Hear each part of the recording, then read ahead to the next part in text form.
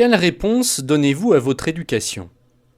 Dès l'instant où nous venons au monde, nous recevons des informations identitaires.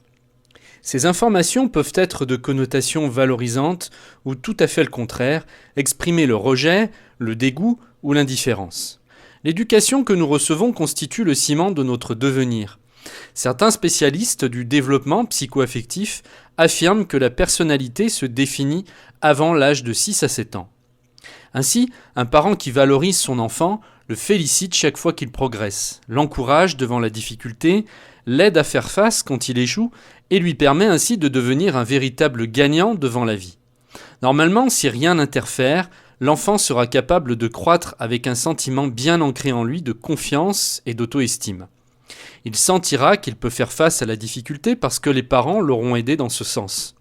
Même s'il apparaît évident qu'un enfant rejeté par ses parents, considéré comme incapable, bon à rien, ne devienne plus facilement fragile, manquant de confiance en lui, parfois, cette attitude négative infligée par les parents peut provoquer l'effet contraire.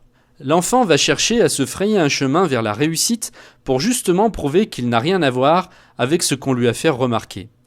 En fait, soit l'enfant a répondu en son fort intérieur que ses parents ont raison, et dans ce cas, il va vraiment devenir un perdant, soit il refuse avec force cette identité, et dans ce cas, il devient capable de se dépasser et cherche à prouver que ses parents ont tort.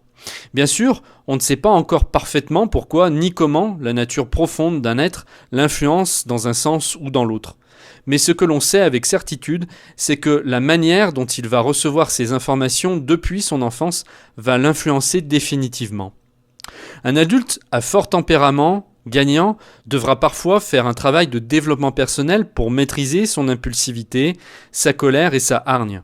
Tandis qu'une personne au tempérament faible, perdant, devra apprendre à se valoriser et à s'accepter. Le développement personnel propose, par des moyens appropriés, des techniques de revalorisation de soi.